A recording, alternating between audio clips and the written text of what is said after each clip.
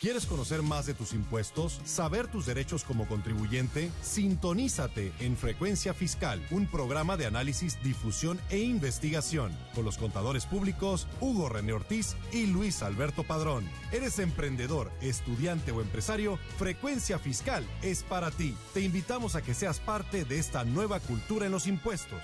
Comenzamos. Buenas tardes, bienvenidos a su programa Frecuencia Fiscal. Los saluda el contador público Hugo René Ortiz. Saludamos a nuestro compañero en cabina, Luis Alberto Padrón. ¿Qué tal? Les recordamos nuestros medios de contacto, el teléfono en cabina 8387-0665, nuestro correo electrónico dudas@frecuenciafiscal.com.mx. Les recordamos la página de Facebook que es Frecuencia Fiscal, también el canal de YouTube Frecuencia Fiscal. Ahí pueden encontrar pues los programas que hemos estado transmitiendo en los últimos meses. Y bueno, antes de iniciar con el programa del día de hoy, algunos recordatorios y puntos importantes a comentar. Bueno, pues estamos en el mes de junio, ¿no? Junio, y habíamos dicho, si recuerdan, que era el mes de pago de la PTU en el caso de los patrones personas físicas. Entonces, aquellas personas físicas que tienen personas a su cargo, que tengan empleados y que hayan generado utilidad en el ejercicio 2012, pues el mes de junio es la fecha límite para el pago de esta PTU. Y bueno, si hay algún radioescucha trabajador que labore para alguna persona moral, alguna empresa, bueno, pues las personas morales debieron de haber cumplimentado con esta obligación del pago de la PTU a más tardar el pasado 30 de mayo. Así es. Y bueno, también, si recuerdan, la semana pasada por ahí en el programa comentamos la cuestión de el IMSS, que traía un nuevo sistema por ahí que era el CIPARE, que este sistema pues en teoría ya empezó a operar a principios de esta semana. Y bueno, pues vamos a ver cómo avanza, cómo evoluciona todo esto. Y por lo mismo, la próxima semana tendremos como invitados a autoridades del IMSS para que nos den más detalles de todo este tema, ¿no? Porque pues ahora sí que suena muy bonito, pero hay muchos incertidumbre por parte de los patrones de cómo va a operar, qué beneficios, etcétera. Fíjate, Hugo, yo ya tuve oportunidad de interactuar con este sistema, y bueno, pues es algo amigable, o sea, sí es transparente, no trae algunos obstáculos tecnológicos y demás. Sí, al principio hay que registrar el usuario y demás, pero bueno, pues sería por única vez. Y al final del día, bueno, pues desde que era una de las dudas, ¿no? Desde este periodo mayo 2013 que vence el próximo 17 de junio, bueno, pues el contribuyente puede optar por utilizar esta nueva tecnología de sistema de pagos referenciados de Seguro Social. Así es, que esto es, comentábamos algo muy similar a declaraciones y pagos que se utilizan para impuestos federales. Sí, Hugo, fíjate, y bueno, pues te otorga unas ventajas tremendas como que, oye, es que ¿dónde quedó el pago? Que si lo hizo el contribuyente, que si lo tiene el contador, que si se lo llevó un tercero para sacarle el copia o para ingresar a una empresa. Entonces, con este sistema electrónico, pues va a estar todo digitalizado, es decir, el comprobante va a estar ahí digitalizado para que cualquier persona en un momento determinado lo pueda rescatar incluso desde la misma página del Seguro Social. Pero para eso, bueno, pues tendremos un programa debidamente especializado con gente de autoridades del Seguro Social para que nos hable al respecto. Es correcto. Y bueno, pasando a lo que es el tema del día de hoy, vamos a hablar sobre algunas modificaciones de la resolución miscelánea que se publicó el pasado 31 de mayo. En las notas de la semana pasada por ahí, de manera breve, comentamos algunas de ellas y la idea es hoy profundizar, ya que son pequeños cambios pero bastante relevantes y que para algunos contribuyentes el adaptarse a esto les va a llevar pues tiempo considerable, ¿no? Es algo que no va a suceder de la noche a la mañana y que es importante que tomen su tiempo. Yo haría un símil, Hugo, con aquella frase, ¿no? De cuando llegó el hombre a la luna, ¿no? Que era un pequeño paso para el hombre y un gran paso para la humanidad. En este caso será un pequeño paso para el SAT. Y un gran paso para los contribuyentes. ¿Por qué? Porque el SAT simplemente con una regla miscelánea está cambiando totalmente las reglas del juego. Yo no sé ahí la autoridad en un momento determinado en qué estaba pensando. Digo, si habían avanzado en materia de facilidades de los negocios, cómo ejecutarlos, es decir, si estaban compitiendo en materia de OCDE, que calificaron un poquito mejor en la gestión de negocios, bueno, pues esto viene a dar al traste a toda la micro y pequeña empresa que estaba expidiendo facturas no en la modalidad electrónica, es decir, en la modalidad de papel bajo código de barra bidimensional. Así es. Y bueno, primeramente tenemos que la tan conocida y familiarizada para algunos, la clave CIEC, que pues ahora sí que era una abreviación, ya desapareció como tal y ahora se le conoce como contraseña, ¿no? Y por ahí en la regla miscelánea hace énfasis a un tema que ahorita platicábamos, Luis. Así es, Hugo, fíjate, y bueno, pues la autoridad también ahí rebautiza constantemente, bueno, pues esto de las claves, ¿no? La firma electrónica avanzada, la FEA, y luego era fiel, luego tu firma, etcétera. Bueno, ahora le tocó a la CIEC, que anteriormente era CIEC, y luego CIEC fortalecida, y hoy en día, bueno, la vamos a conocer simplemente como contraseña, la contraseña, y así está reconocido en esta resolución miscelánea, Hugo, y lo que resalta por aquí, y que al final del día ya lo era, es decir, de manera tecnológica, se está reconociendo a la contraseña como en sustitución de la firma autógrafa, es decir, le dan una calidad básicamente equivalente a lo que es la firma electrónica.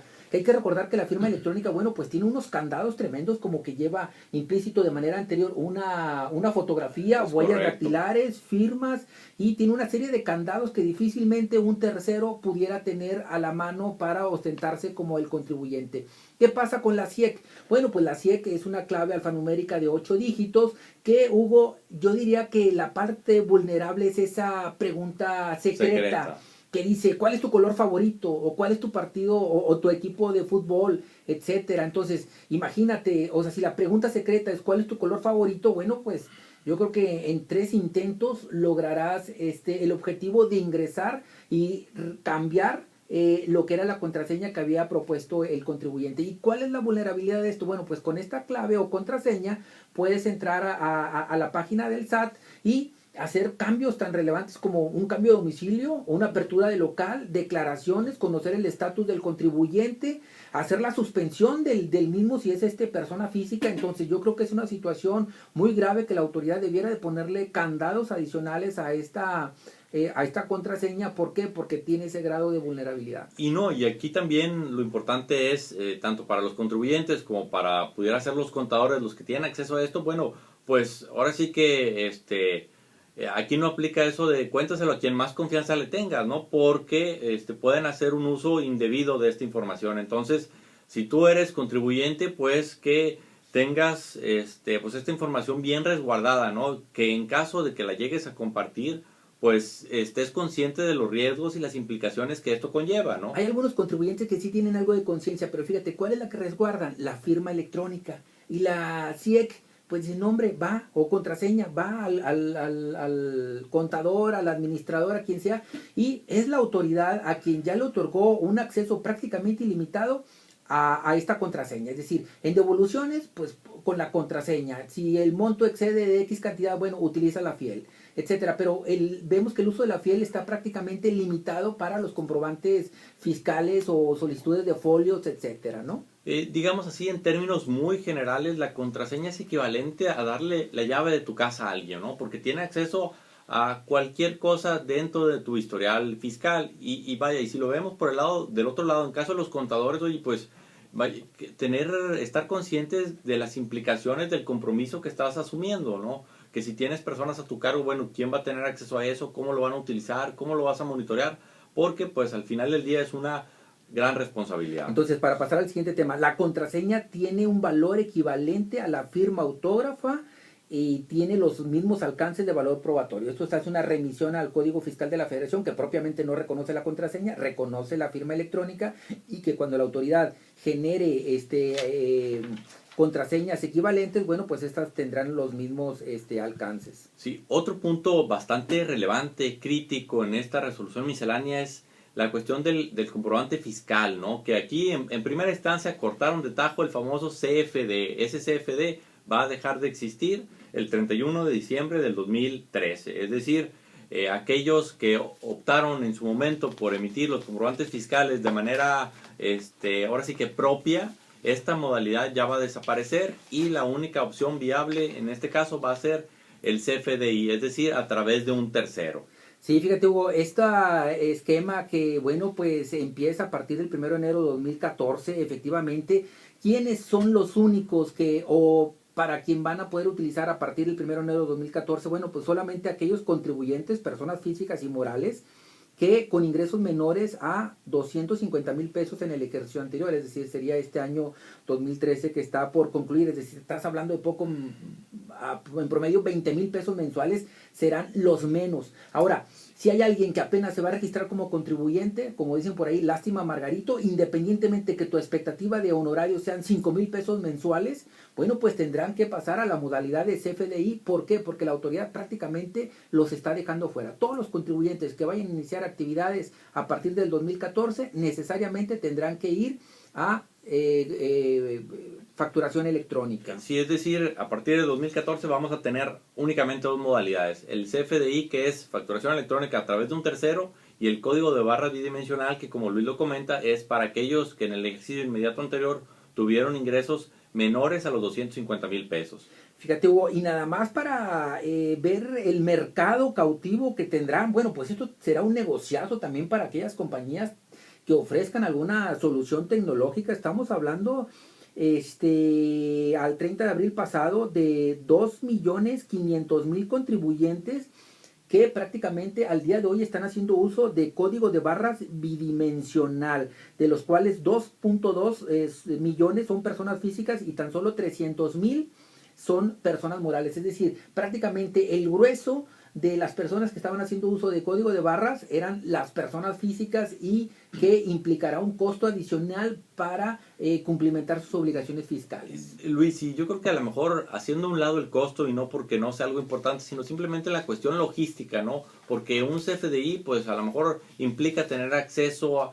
a una computadora, algún medio para poder elaborarlo, y a lo mejor la persona física pues no tiene esos medios a su disposición el 100% del tiempo, ¿no? Entonces, esto también pudiera obstaculizar la forma en que las personas físicas operan, ¿no? Es un cambio, ahora sí que rotundo en cuanto a paradigmas. Ahora, por allí habrá alguien, algún radioescucha que digan, espérate, bueno, es que el mismo SAT ofrece de manera gratuita el servicio de facturación electrónica prácticamente desde finales del año pasado. Está esa modalidad, incluso los mismos proveedores están obligados a ofrecer el servicio gratuito a escalas muy pequeñas, pero hay que recordar que, bueno, pues no hay información al respecto de cuántas personas están haciendo hoy en día uso de ese servicio gratuito que ofrece el SAT, pero bueno, pues ahí está esa opción para aquellos que se atrevan a utilizar la infraestructura del SAT, que obviamente prácticamente no te resguarda información, prácticamente es un abre y cierra, simplemente para poder emitir la facturación. Si esto es una opción, bueno, pues ahí está dentro de la misma página del SAT esa posibilidad de poder migrar a facturación electrónica a través de ese esquema totalmente gratuito. Y aquí lo importante pues es para aquellas empresas que están usando el CFD, que a lo mejor tenían un sistema administrativo el cual adoptaron o acoplaron para que funcionara a través del CFD. Bueno, pues que ahora va a ser con el CFDI, y tendrán que ver pues ahora sí que un proveedor externo, un sistema que sea compatible con todo esto. Entonces, para algunas empresas esto va a implicar ahora sí que pues tareas bastante complejas, ¿no? Por la comunicación entre sistemas. Ahora, Hugo, las personas físicas y morales que estén expidiendo CFD, hay que recordarles que tienen una obligación adicional al término de cada mes. Bueno, pues deben de estar enviando a las autoridades ese archivo TXT que se genera con toda la compilación de los comprobantes fiscales que hayan emitido. Muchas de las empresas piensan que al estar ya en facturación electrónica automáticamente están en red con el SAT. Las únicas que están en red con el SAT son los CFDI, los comprobantes fiscal digital por internet. Los CFD no, eso hay que volcar, comprimir la información y vaciarla dentro del portal del SAT mes a mes, porque si no están ante un incumplimiento. Así es. Y bueno, pasando al otro tema relevante en esta resolución miscelánea, bueno, pues hasta hace apenas la semana pasada terminó el programa del SAT de Ponte al Corriente, ¿no? Donde permitía a los contribuyentes sus adeudos fiscales, pues ahora sí que condonaban la cuestión de multa, recargos, diferentes situaciones dependiendo de la procedencia, ¿no?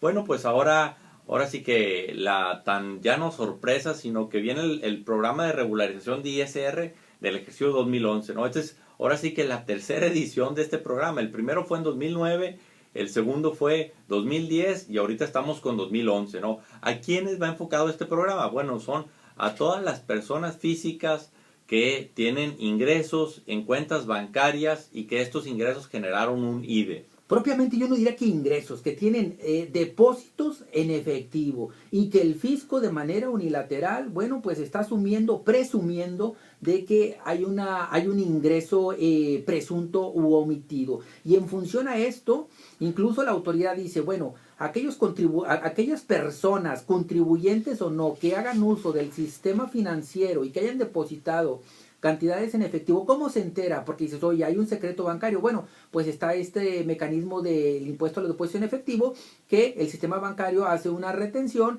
y en función de esto la autoridad piramida la información y obtiene la base de los depósitos que cada persona efectuó. Entonces, aquellas personas que no son contribuyentes, la autoridad dice, por el simple hecho de que el banco me está reportando una retención de IDE, a partir de ese momento te haces oficialmente, queda registrado dentro de mi padrón de contribuyentes. Y aquellos que estaban en suspensión de actividades, pero que seguían ingresando depósitos a sus cuentas bancarias en efectivo, también se considera activada la reanudación de actividades correspondientes. Entonces hay que tener mucho cuidado con esto, porque pareciera que no estamos dentro de la óptica del SAT, pero esto automáticamente nos coloca en el ojo del huracán. Y aquí un punto importante que vale la pena destacar es que este programa, digamos que en principio va enfocado para aquellos contribuyentes que, como Luis lo mencionaba, obtuvieron depósitos en cuentas bancarias y que no han presentado su declaración anual. Entonces, la lógica del SAT es, está recibiendo depósitos, pues yo los considero ingresos, reviso mi padrón, no tienes presentada la declaración, entonces pues ahora sí que tienes algo pendiente, ¿no? Y esta modalidad, digamos, lo que hay detrás es que el SAT, en pocas palabras, hace el cálculo del impuesto por el contribuyente y le da una opción de pago. Le dice, oye, mira, fíjate, aquí en base a tus ingresos te voy a determinar el impuesto y te doy incluso opciones de pago, ¿no? O sea, propiamente, digo, a lo mejor habrá aquí tecnicismos, ¿verdad? Pero los impuestos en este caso, bueno, pues tendrán que ser autodeterminados por el contribuyente. Te otorga una presunción de ingresos, dice a la autoridad, haz los tuyos, autodetermínate, asúmelos como propios y en función de eso, págame los impuestos. Es decir, te está haciendo un poquito la tarea, pero la autoridad simple y sencillamente no te los puede determinar como un crédito fiscal. Fíjate, Hugo, estamos hablando de que estas cartitas empezarán a llegar a partir del próximo 16 de junio. Estamos hablando de cerca de 400,000 cartas y se espera recaudar cerca de 1,500 millones de pesos. Entonces, una cantidad estratosférica. Yo diría una crítica enorme a este programa. Si teníamos ahorita el Ponte a Corriente, que es un programa sexenal, que es todo lo contrario. No, Hugo, pero el punto es, ¿por qué la autoridad, si iba a liberar este programa, por qué no lo liberó de manera simultánea con el Ponte al Corriente? Es decir, le pudieron haber llegado estas cartas, por ejemplo, en el mes de marzo, abril, a los contribuyentes y haber obtenido el beneficio de, por ejemplo, los recargos, en el caso de los impuestos, el ISR y demás, ¿no? El YETU, y a través de este esquema, bueno, pues tristemente el recargo que se vaya a generar no entra dentro del esquema de Ponte al Corriente porque ya terminó el pasado 31 de mayo. Y bueno, aquí un punto importante y que podemos decir que ya es prueba superada, que pues como Luis lo menciona, todas estas son cartas invitación o una carta, un documento donde la autoridad plasma la información que obtuvo a través del sistema financiero y pues nada más la pone al servicio del contribuyente y como Luis lo menciona, da la opción a que el contribuyente haga propia esa información, pero hasta el momento no ha ejercido ningún acto de molestia, no ha puesto en función sus facultades de comprobación y esto es importante tenerlo claro porque en el pasado digamos que hubo algunas opiniones de abogados y demás donde decían, oye, ¿sabes qué? Esto es un acto de autoridad, aquí puedes interponer algún medio de defensa para efectos de poder, entre comillas, bloquear la actividad que pudiera tener el SAT. Y aquí ya tenemos una jurisprudencia emitida por la Suprema Corte de Justicia de la Nación, donde en referencia a este tema dice que estas son unas cartas de invitación con una mera información o una información que la autoridad pone al servicio del contribuyente y que al final del día es el contribuyente el que decide cómo actuar ante esta carta. Sí, es por ejemplo haciendo una equivalencia Hugo, con las cartas de invitación donde te dicen, oye, omitiste DIOT, pero te están nada más invitando a cumplir, es decir, tú no te puedes amparar o interponer algún recurso de revocación o algún juicio de nulidad porque ni siquiera esto va a detonar un crédito fiscal, es decir, nada más te está alertando, es decir, no hay ningún acto de autoridad. Si hay algún acto de molestia, habrá algún acto, digamos, de terrorismo fiscal, porque, oye, pues, ¿cómo te diste cuenta de todas estas operaciones? Porque supone que están volcadas nada más al sistema bancario, pero a través de estos mecanismos, bueno, pues la autoridad al final del día tiene la información. Te lo deja para que tú como contribuyente, bueno, tomes la decisión de pagar y ofrece una serie de facilidades, ¿no, Hugo? Por Es ahí correcto. en Sí, el pago. te da hasta 6 mensualidades, ¿no? Aquí nada más hay puntos importantes a considerar y esto es de acuerdo a la experiencia anterior, a la experiencia de años anteriores. Porque en años anteriores, primeramente la autoridad pues calculaba actualizaciones y recargos, ¿no? Y si, vemos el panorama de manera general, tenemos que pues contra el ISR se puede acreditar el IDE. Entonces aquí pues estamos hablando de depósitos en efectivo, depósitos que en su momento generaron IDE, más sin embargo la autoridad pues hacía caso omiso de ese IDE, ¿no? Entonces a lo que voy que hay que ver cada caso particular y a lo mejor pues algún contribuyente le convendrá hacer un diagnóstico y decir, oye, pues estos son ingresos que a lo mejor de arrendamiento que yo desconocía que tenía que presentar declaración o que hacer pagos provisionales y es mejor que se ponga al corriente presentando la declaración porque puede acreditar el IDE que en su momento le retuvo el banco. No, hay casos extremos donde por una circunstancia totalmente ajena el dinero ingresó a la cuenta del contribuyente y simplemente no generó ninguna actividad económica desde el punto de vista fiscal y por lo tanto ahí vía aclaración dirá que los ingresos acumulables de ese periodo 2011 son cero y el IDE que está derivándose, bueno, pues la persona lo tiene como saldo a favor y en un caso solicitarlo en devolución. Entonces, no todos los casos son en contra, es decir, cada situación es especial, tendrá que atender al respecto y bueno, pues la conclusión que nos deja esto o la moraleja es, bueno, haz un uso moderado del efectivo en el caso de aquellas personas que no son contribuyentes o si lo son, bueno, pues también hay que tener mucho cuidado. ¿Por qué? Porque incluso hay operaciones de 50, 100 mil pesos donde expides tu factura electrónica, pero el cliente, el contribuyente te paga en efectivo y tú por diversas circunstancias lo recibes. Entonces ya también viene por ahí la ley contra el lavado de dinero que nosotros como contribuyentes que estamos enajenando el bien, bueno, pues estamos facilitando que ingrese ahora sí que a la cuestión de los negocios dinero que pudiera tener alguna procedencia ilícita. Entonces hay que tener mucho cuidado con el manejo de los dineros. El flujo natural pudiera ser aquellos contribuyentes que tienen ventas al público en general. De ahí en fuera resulta ocioso cualquier argumentación que pudiera tener algún contribuyente de por qué está manejando efectivo. Hay que tener mucho cuidado con las aportaciones de capital que fluyen a las empresas en efectivo. Hay que tener mucho cuidado con los préstamos que en teoría hace un socio o un tercero a la empresa que también fluyen en efectivo. Eso la autoridad te les va a poner la lupa y difícilmente vas a poder argumentar y comprobar que efectivamente vino del socio. ¿Por qué? Porque proviene de efectivo. Es decir, no hay manera de vincular el dinero que esta persona que tú argumentas como empresa que lo recibiste, que así ocurrió. Y bueno, nada más aquí hacer énfasis que este programa va dirigido a personas físicas y va también dirigido a la regularización del ISR. ¿Por qué? Porque recordemos que también está el YETU y también está el IVA. Entonces, esto parte de la premisa que si tú no eras contribuyente o te reactivan como contribuyente, vas a estar dentro del capítulo de otros ingresos. Es decir, que esos ingresos igualmente pudieran ser sujetos de IVA o también sujetos de YETU. Entonces, a lo que voy, que al reconocer y hacer propia la información que el SAT está brindando a través de esa carta de invitación, pues tú reconoces que es un ingreso y que posteriormente el SAT pudiera llegar otra vez contigo y decirte, oye, tú dijiste que eso era ingreso, bueno, pues dame el IVA correspondiente o en su caso, demuéstrame que esos ingresos no fueron sujetos a IVA, ¿no? Entonces, para que también tener cuidado de que la novela no va a parar con el solo hecho de ir al banco y pagar el monto que indica esta invitación. Ahora, Hugo, en el pasado, con el programa de regularización ISR 2009-2010, encontramos que también las entidades federativas le entraron al negocio. Es correcto, es decir, oye, por ejemplo, en el caso de Repecos, en el caso de régimen intermedio, que prácticamente son administrados por las entidades federativas, bueno, esa discrepancia cuando el IDE necesariamente una vez piramidado volcaba los 2 millones de pesos y dice, oye, bueno, pues este contribuyente está en zona de default y vamos a requerirlo. Entonces a esos cuates ni siquiera le mandaron invitación, es decir,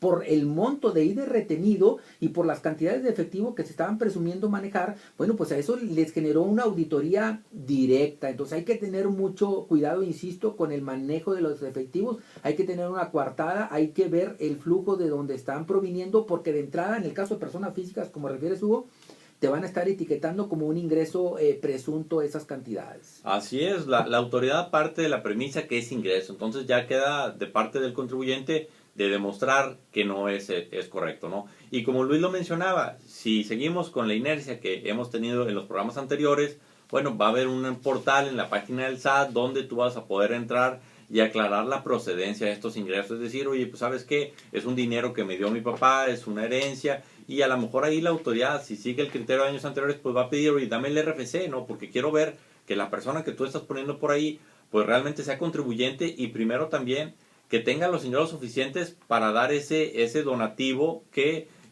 tú me estás diciendo que recibiste, ¿no? Sí, y bueno, pues a lo mejor ahí ya hay casos donde, como tú referías, algunos abogados interpusieron algunos recursos y pues en la mayoría de los casos tuvieron que haber sido rechazadas y la argumentación era que esto era un acto de autoridad. Ya lo estamos viendo que no lo es. En teoría no hay defensa contra estas cartas invitación, porque son simples cartas, es un simple dato informativo y el contribuyente se tiene que autodeterminar y hacer propios estos valores. Así es. Bueno, pues Luis, ya estamos prácticamente concluyendo el programa del día de hoy. Yo nada más, pues antes de despedirnos, quisiera hacer una pequeña síntesis de lo que platicamos. Era, si recuerdan, el primer tema del comprobante fiscal digital que deja de existir en el 2013.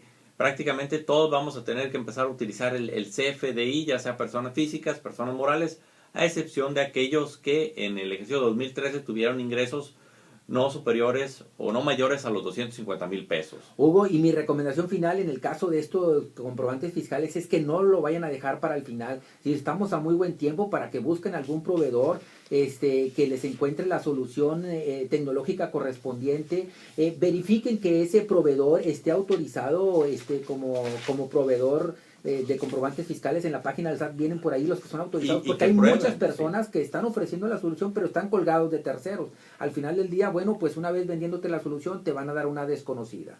No, y también pues aquí va a aumentar el flujo de personas, entonces que pues tengan la plataforma suficiente, con suficiente soporte. Bueno, Hugo, se nos está terminando el programa. Esto fue Frecuencia Fiscal. Se despide el contador público Luis Alberto Padrón. Hugo René Ortiz. Que tengan un excelente inicio de fin de semana. Hasta la próxima.